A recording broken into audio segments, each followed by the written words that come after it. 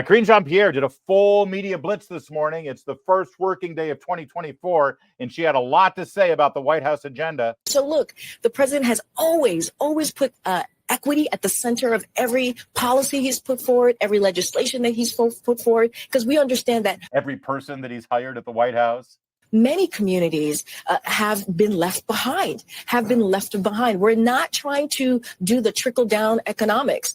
We really, truly are not. So look, the president. There you go. We truly aren't not trying to do trickle-down economics. It's all about equity, because people have been left behind. Now, I hate to point this out to Karine Jean-Pierre or anybody else, but other than the 4 years of President Trump, the White House has been dominated by either Joe Biden's agenda or Barack Obama's political agenda, 8 years straight with him. So we're looking at 11 years of left-wing Democrat-controlled agenda in the White House, interrupted by just 4 years of Donald Trump.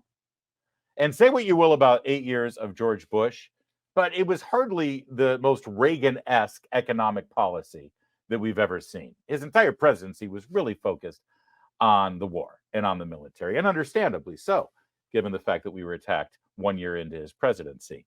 So really, you've had 8 years of Clinton, 8 years of fighting terrorists, 8 years of Barack Obama, and now 3 years of Joe Biden, interrupted by 4 years of Donald Trump. And we're told that people have been left behind in this country. Well, who left them behind if that's the case, actually?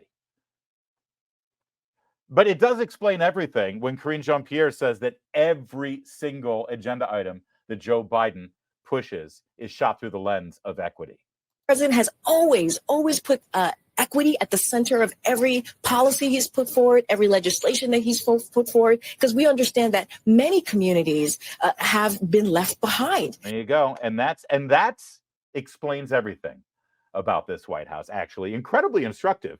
And frankly, makes a lot of sense considering the mess that we're in right now. This is what equity looks like. By the way, if communities are being left behind in this country, and that's a dog whistle. When somebody stands up and says, we need to focus on equity because communities have been left behind, what they're saying is this country is racist. What they're saying is that this government is racist. What they're saying is, if you are born in this country and you aren't white, you don't have a shot unless Joe Biden comes in as your savior, right? So if that's the case, why exactly are people from every country on this planet flooding across our southern border to try to be a part of this inequitable, racist, systemically broken country where communities are being left behind? I'm thinking most of the people pouring across the border down in Texas, I'm thinking they all belong to the very communities Karine Jean-Pierre is talking about. And they're fleeing countries that are also populated by those communities. But it's so bad in their home country, they want to come to America, where they will be left behind, according to Karine Jean-Pierre. You have to be a left-wing socialist to understand the logic of that. But that's where we are. She wasn't done. She had more to say.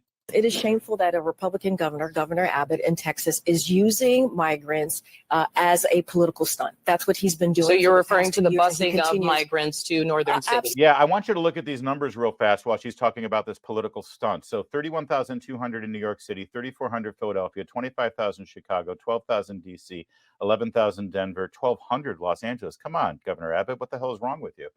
You can do better in LA. That's the second most populous city. So let's do quick math here. 54,000, 57, 70, 82, 92. It's under 100,000. It's under 100,000 illegal aliens that Greg Abbott has bused to these cities. We're looking at over 8 million that has crossed the border in the last 3 years. This is literally a drop in the bucket. And this is what she's exercised about. That he has put them on buses or planes and sent them to the cities that have claimed sanctuary for these very individuals. They got to grandstand and bump their chest and pat themselves on the back about how compassionate and welcoming they were in their cities. They won elections based on the fact that they embraced the values of the Statue of Liberty. And so Greg Abbott has said, okay, fine, here. Here's under 100,000 of the 8 million we've had to deal with. And suddenly that's where the crisis sits. The crisis sits in Chicago with 25,000 people instead of El Paso with millions of people. But she continues here. And the busing of migrants, the putting them on flights, it is shameful that that is occurring. And instead of, if the governor really truly wants to deal with this issue, he should talk to the senators in his states. Yeah, the senators in his states. It's the senator's fault. It's Ted Cruz's fault, you see. Quick explanation here for you, and then we'll move on. But she called this a political stunt, right? It's a political stunt. And she's right. It is actually a political stunt. Do you know why politicians do political stunts? Because it demonstrates something, because it shows something, because it works, you see. A political stunt is orchestrated by a politician so that the people in this country can actually see a lesson, so they can see the ramifications and end results of a policy. So she's not upset about the plight of these individuals. She's upset that Greg Abbott sending them to the cities actually shines a light on the destructive policies she's responsible for in the Biden White House. And I know that the mayor of Chicago and New York and and Boston, they're getting a lot of press right now because they've been decrying the fact that too many people have come into their cities and they can't take care of them, and they got to do something about the crisis. And I know that Eric Adams is getting a lot of attention there in New York because he's really pushing back on the White House. No, he's not. No, he's not. They're not saying close the border, these mayors. They're not saying enforce our immigration laws as they stand. They're not saying stop with the bogus asylum claims. They're not saying any of that. You know what they're saying? Give us money. They're saying give us more money. They just want more money. They're fine with the human destruction that's taking place and how it's affecting the citizens of their cities. They don't care about that. They care that they can't afford it. And Joe Biden will find a way to write a check for them because it's an election year, after all.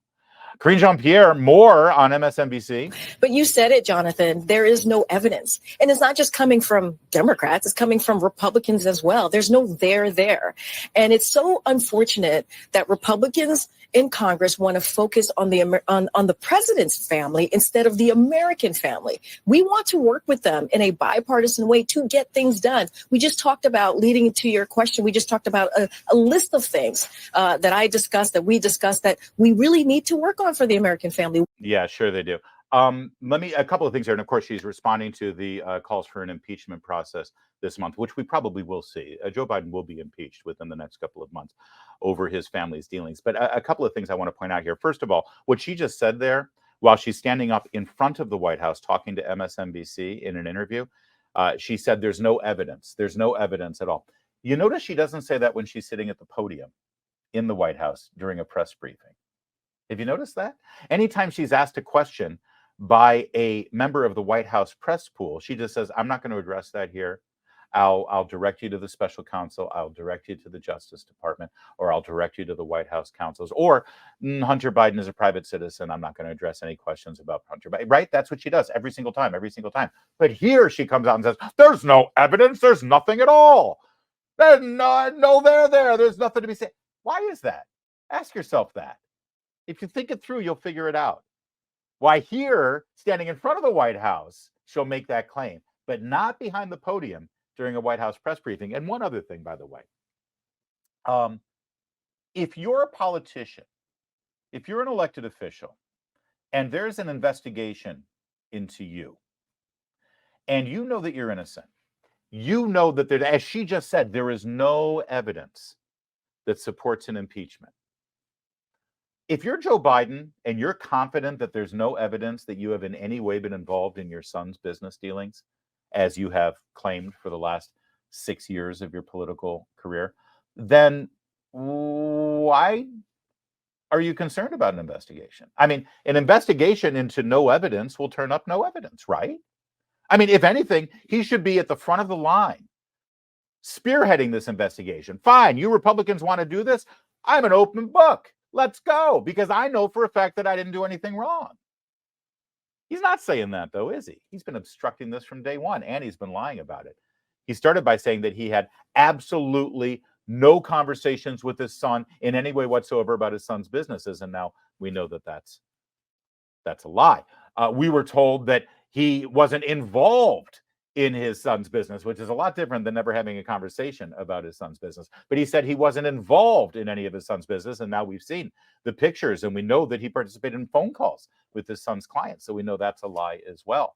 And then we were told that he didn't financially benefit from any of his son's business dealings. And now we have cashed checks and we have financial transfers of money that ended up in Joe Biden's hands just days after the money was transferred from Chinese concerns doing business with his son. So every single time he makes a claim that there's no evidence, it turns out that his claim is false. And by the way, everything that I just laid out for you there, that's evidence. When Karine Jean-Pierre says there is no evidence, well, she's just lying. And finally, do we have one more Karine Jean-Pierre? Boy, she was busy this morning. We do. Here she is.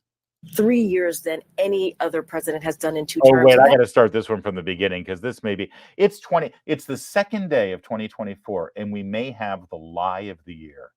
Are you ready? So look, I want to take a step back for just a moment as we look at 24 and we're in 24, but just a step back, this president has done more in 3 years than any other president has done in 2 terms. And that is important here, Audie. Joe Biden has done more in 3 years than any other president has done in 2 terms. Well, I'll tell you this, if you're measuring it by how many people have crossed the country, crossed the border illegally, that's probably true. More people have entered this country illegally in 3 years than most presidents' 2 terms in office, right? 8, 10 million? I don't think any president has that kind of achievement. It's impressive. And also, no other president has withdrawn from a war overseas and left billions and billions and billions of dollars of armaments and equipment, and then never responded to any accountability for his actions. That's true. And I don't think in just 3 years any president has overseen 2 major wars overseas, the Russian-Ukraine war and then the Israel-Hamas war. That is an impressive track record, you have to say. And also, let's face it, the inflation that he's overseen in just 3 years is probably greater than most presidents' 2 terms in office. So I guess I'm wrong. It's not one of the biggest lies, although I don't think that's what Karine Jean-Pierre had in mind when she made this claim. But I will say this, if Joe Biden is that successful and he's done that much in just 3 years, maybe he shouldn't go for a second term. Maybe he should just rest on. Maybe he should just sort of drop the mic and say, you know what? My work here is done. I've already done plenty. Time to let Kamala Harris take over.